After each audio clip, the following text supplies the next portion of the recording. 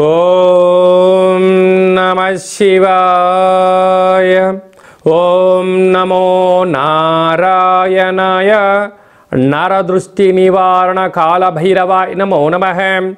అక్షర తులాభార నవగ్రహ దేవతాభ్యో నమో నమః. హరి ఓం. మా ఛానల్కి స్వాగతం. చూస్తున్న వీక్షకులకు ప్రేక్షకులకు ప్రియ కాళభైరవ భగవద్బంధులకి స్వాగతం పలుకుతూ మమ్మల్ని ఎంతగానో ఆదరిస్తూ ఉండబడినటువంటి ప్రియ సోదర సోదరీమణులకు సనాతన ధర్మ సంరక్షకులకు సమస్త భగవద్బంధువులకి స్వాగతం పలుకుతూ అందరికన్నా ముందుగా హోలీ పూర్ణిమ శుభాకాంక్షలు. 1/3/2025 నుండి 15/3/2025 వరకు పుట్టినటువంటి వారందరికీ కూడా ముందస్తుగా జన్మదిన శుభాకాంక్షలు. గతంలో వివాహం చేసుకున్న వారికి వివాహ వార్షికోత్సవ శుభాకాంక్షలు. ద్వాదశ రాశుల్లో గ్రహ గమనాన్ని వీక్షింపచేద్దాం. వృషభ రాశిలో దేవగురు బృహస్పతి సంచార స్థితి, మిథున రాశిలో కుజ భగవానుడు సంచార స్థితి, కన్య రాశిలో కేతు భగవానుడు సంచార స్థితి, కుంభరాశిలో ఏడాది తర్వాత రవి మరియు శని భగవానుడు యొక్క సంచార స్థితి, మీనరాశిలో బుధుడు శుక్రుడు రాహు సంచార స్థితితో ద్వాదశ రాశుల్లో గ్రహ గమనాలు ఈ విధంగా ఉన్నాయి. తులారాశి వారికి హోలికా పూర్ణిమ సందర్భంగా దోషాన్ని ఎలా తొలగించుకోవాలి, ఐశ్వర్యానికి ఎలా స్వాగతం పలకాలో ఈ వీడియోలో సవివరంగా సంపూర్ణంగా తెలుసుకుందాం. తులారాశిలో ఏ నక్షత్రాలు వస్తాయి అనగా చిత్తా నక్షత్రంలోని 3వ పాదం, 4వ పాదం, స్వాతి నక్షత్రంలోని 4 పాదాలు, విశాఖ నక్షత్రంలోని 1, 2, 3 పాదములు కలిపితే తులారాశి. చాలామందికి పుట్టినటువంటి కాల సమయంలో డేటా బర్తులు లేనటువంటి వారికి పేరు యొక్క మొదటి అక్షరాన్ని అనుసరిస్తూ ఆ రాశిని తెలుసుకునే ప్రయత్నం చేద్దాం. రా, రీ, శ్రీ, రు, రే, రో, తా, తి, తు, తే అక్షరాల వారందరూ కూడా తులారాశి జాతకులే. తులారాశికి అధిపతి శుక్ర భగవానుడు. వీరికి రాశి నుండి పంచమ స్థానంలో 30 సంవత్సరముల తర్వాత రవి భగవానుడు శని భగవానుతో సంచారం చేయడము, అదే కాకుండా 6వ స్థానంలో త్రిగ్రహ కూటమి బుధుడు శుక్రావు సంచార స్థితి ఉన్నప్పుడు, అష్టమంలో దేవగురు బృహస్పతి శత్రుస్థానంలో ఉన్నప్పుడు గ్రహాలు అంతగా యోగించడం లేదు అని చెప్పి మీరు గమనించాలి. ఇన్ని వేల వీడియోలలో మీరు ఈ వీడియో చూస్తున్నారు అన్నట్లయితే నవగ్రహ అక్షర తులాభార మహోత్సవంలో పాల్గొన్న సమయం ఆసన్నమైంది కనుక మనము నవగ్రహ దేవతలను స్మరిద్దాం, ధ్యానిద్దాం, అక్షర తులాభారంలో పాల్గొందాం. భగవంతుడు మన కోసం ఎదురు చూస్తున్నాడు. వారి సేవ ఎప్పుడైతే చేస్తామో మనల్ని ఆశీర్వదించడానికి తను సంసిద్ధత అయి ఉన్నాడు. స్మరించడమే మన బాధ్యత. కనుక ఈ అక్షర తులాభారంలో పాల్గొందాం, గ్రహ దోషాన్ని తొలగించుకుందాం. భాగ్యస్థానంలో కుజుడు ఏడాది తర్వాత సంచారం చేయడం వలన ప్రేమికులు, భార్యాభర్త, పెట్టుబడిదారులు, వ్యవస్థ, కుటుంబము, సమాజము, దేశము, విదేశాలకు వెళ్ళాలని మీ కోరిక చాలా మంచిదే. కానీ ప్రస్తుత కాలమాన ప్రకారంగా గ్రహాలు అనుకూలంగా లేవు కనుక కొంతకాలం వాయిదా వేసుకోవడం ఉత్తమవుతాం. ఎందుకనగా విదేశాలు ఇప్పుడు మనకు రాబోయే కాలంలో షష్ఠగ్రహ కూటమి రాబోతున్న కారణం చేత విదేశాలు అనేక వ్యక్తులపైనను అనేక రకాల ఆంక్షలు పెట్టడం జరిగింది.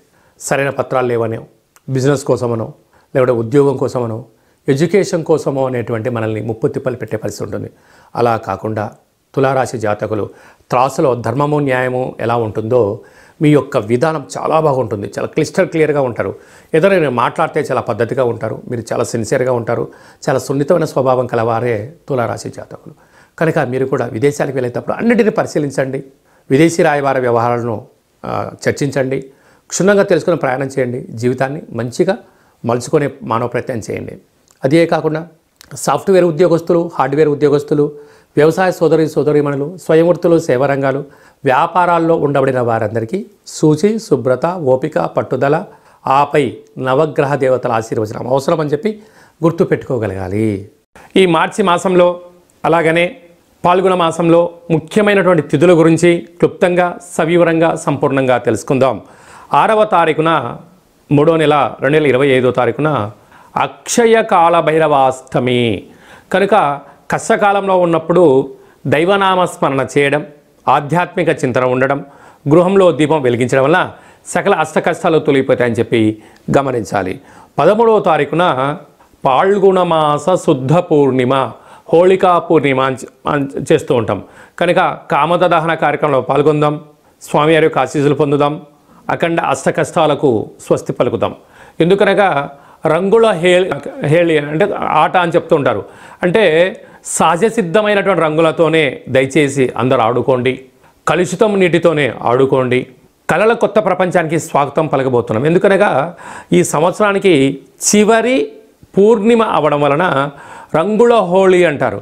అంటే మనకు కొన్ని ప్రాంతాల్లో కొత్త పూర్ణిమ, వచ్చేటువంటి అమావాస్యను కొత్త అమావాస్య అంటారు. అంటే పాతదనానికి వీడుకోలు పలుకుతూ కొత్తదనానికి స్వాగతం పలుకుతూ ఉంటూ ఉంటాం.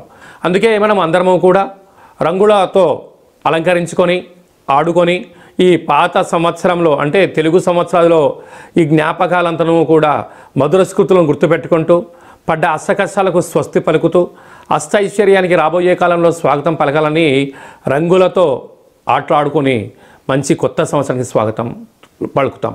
కనుక ఆడుకునేటువంటి వారందరూ కూడా దయచేసి సహజసిద్ధ రంగులతోనే ఆడుకోండి, కలుషితం లేని జీవనాన్ని పొందండి.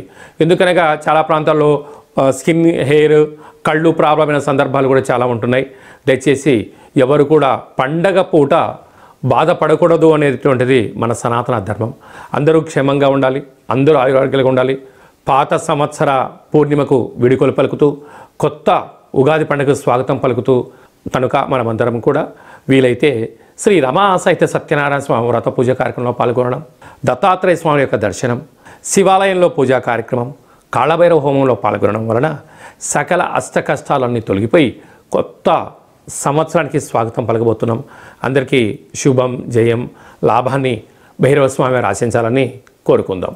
అది ఏ కాకుండా ఇంకనూ మనం విజయం సాధించగలగాలి అని అంటే ఏం చేయాలో అనేది మీకు ఒకసారి చూపిస్తాను. ఈ యొక్క పాత్ర కంచు పాత్ర అంటారు. మనకు రాసులు 12 ఎలా ఉంటాయో 12 యొక్క రాసులను ఇందులో అచ్చు వేయడం జరుగుతుంటుంది. ఈ పాత్రను మనం ఇంట్లో ఉంచుకొని ప్రతిరోజు ఉదయం పూజ చేసిన తదనంతరము, సూర్య నమస్కారం చేసిన తదనంతరము ఇలా శబ్దం చేస్తే ఓంకార శబ్దం రావడం జరుగుతుంది.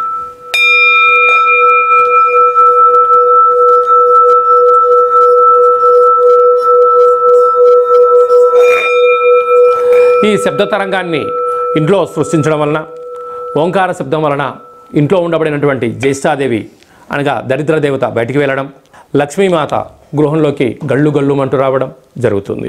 కనుక ఈ కాళభైరవ స్వామికి అక్షయపాత్ర, కాళభైరవ స్వామికి పిరమిడ్లు, డాలరు, కంకణము మీకోసం ప్రత్యేకంగా కాళభైరవ హోమాన్ని చేయించి వీడియో కాల్ ద్వారా చూపించి 27 రకాల వస్తువులతో దిష్టి తీయించడం జరుగుతుందని చెప్పి కూడా గమనించాలి. అలాగే మనం నవగ్రహాల చేత బాధపడే వాళ్ళమందరము కూడా ఓ చిన్న రెమెడీ పరిహార కార్యక్రమాన్ని కూడా ఏర్పాటు చేయడం జరుగుతుంది. కళౌ వెంకటేశ్వర అంటారు. అంటే కలియుగ కాలంలో వెంకటేశ్వర స్వామిని స్మరించిన, ధ్యానించిన యోగదాయకం అని చెప్తారు. కనుక గ్రహ దోషాలు, సకల దోషాలు తొలగిపోయి వాటిని నశింపజేసే శక్తి భగవంతుడికి ఉంటుంది. అలాగని మనకు ప్రతి నెలలో మనకు ఆదివారము, సోమవారము, మంగళవారం అని చెప్పి 4 మంగళవారాలు, 4 శనివారాలు లేక 5 సోమవారాలు వస్తూ ఉంటాయి. ఇలాంటి కాల సమయంలో ఆదివారం పూట సూర్య భగవానునికి స్మరించడం, 27 సార్లు నామాన్ని వ్రాయడం, సోమవారం పూట చంద్రుని స్మరించడం, 27 నామాలు రాయడం. ఇలాగ వారంలో 7 రోజులకు 9 గ్రహాలకు నామ ఇతి మంత్రియత అంటే నామాన్ని స్మరించడం, నామాన్ని వ్రాయడం వలన భగవంతుడి యొక్క ఆశీస్సులు మన మీద ఉంటాయి. ఈ ఆదివారం రాసినటువంటి పత్రాలను మన యొక్క దేవాలయంలో నవగ్రహ తులాభార, అక్షర తులాభార మహోత్సవ కార్యక్రమాన్ని ఏర్పాటు చేయడం జరిగింది. ఒకవైపు సూర్యభగవాను త్రాసులో కూర్చోబెట్టడం, మరోవైపు మనం రాసిన అక్షర పత్రాలను అందులో ఉంచి తులాభారం చేయడము, ధాన్యంతో తులాభారం చేయించి వీరందరికీ ప్రత్యక్ష ప్రసారాన్ని ఏర్పాటు చేయడం జరుగుతుంటుంది. కనుక కేవలం ఒక 108 నామములతో మనము రాసి మీరు పంపించినట్లయితే, ఈ రాయాలి అనుకుంటున్న వారందరూ కూడా ఈ కింద మనం సంప్రదించినట్లయితే ఈ రాసే పత్రాలను వాట్సాప్ ద్వారా కానీ కొరియర్ ద్వారా కానీ మీకు అందజేయడం జరుగుతుంది. రాసిన తర్వాత మళ్ళీ ఫోటో తీసి వాట్సాప్లో పంపిస్తే సూర్యగ్రహ దోషం ఉన్నప్పుడు సూర్యగ్రహ తులాభారంలో, శని భగవాను యొక్క దోషం ఉన్నప్పుడు శని భగవాను తులాభారంలో ప్రత్యక్ష ప్రసారాన్ని వీక్షింపజేయచ్చు, భగవంతుడి యొక్క ఆశీస్సులు పొందగలరు అని చెప్పి ఒక చిన్న విన్నపం. ఎందుకనక ప్రతిరోజు నిత్య నైతిక కార్యక్రమంలో 5 నిమిషాలు భగవంతుడి కోసం కేటాయిద్దాం, గ్రహ దోషాలు తొలగించుకుందాం, ఐశ్వర్యానికి ఆనందానికి స్వాగతం పలుకుదాం అనేటువంటిది చిన్న విన్నపం. అలాగనే మీ వ్యక్తిగత జాతకం తెలుసుకోవాలనుకుంటున్నారా? మీరు పుట్టినటువంటి తేదీ, నెల, సంవత్సరం, సమయం, వ్రాసి మీరు వాట్సాప్లో పంపించగలిగినట్లయితే 100 సంవత్సరాల జాతకాన్ని సవివరంగా సంపూర్ణంగా వ్రాసి పంపించి మీరు పుట్టినప్పుడు గ్రహ గమనాలు ఎలా ఉన్నాయి, ప్రస్తుతం ఎలా ఉంటున్నాయి, రాబోయే కాలంలో ఎలా ఉండబోతున్నాయో సవివరంగా తెలియజేయడం జరుగుతుంటుంది. మన దగ్గర అదే కాకుండా డేటా ఆఫ్ బర్త్లు లేనటువంటి వారికి మీ పేరు యొక్క మొదటి అక్షరాన్ని అనుసరిస్తూ రాశిని తెలియజేస్తూ రాశి యొక్క స్థితిగతులను మీకు తెలియజేస్తూ రమణ శాస్త్రం ద్వారా అనగా కాళ్ళ భైరవ ఉపాసన చేత గవ్వల ద్వారా భూత భవిష్యత్ వర్తమానాన్ని తెలియజేయడం జరుగుతుంది. అలాగే పుట్టినటువంటి పిల్లలకు ఆధ్యాత్మికమైన నామాలు ఎలా పెట్టాలో మీరు ఏమైనా సతమతమవుతుంటే ఆ పుట్టినటువంటి సమయాన్ని రాసి పంపించినట్లయితే ఆధ్యాత్మికమైన నామాలను కూడా మీకు రాసి పంపించడం జరుగుతుంది.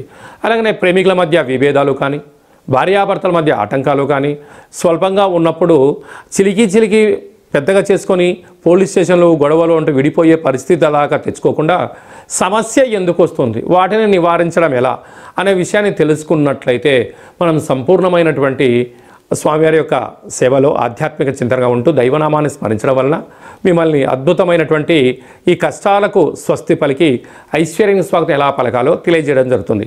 కనుక ఆసక్తి గలవారు ఈ కింద మంది అపాయింట్మెంట్ తీసుకొని సంప్రదించగలరు.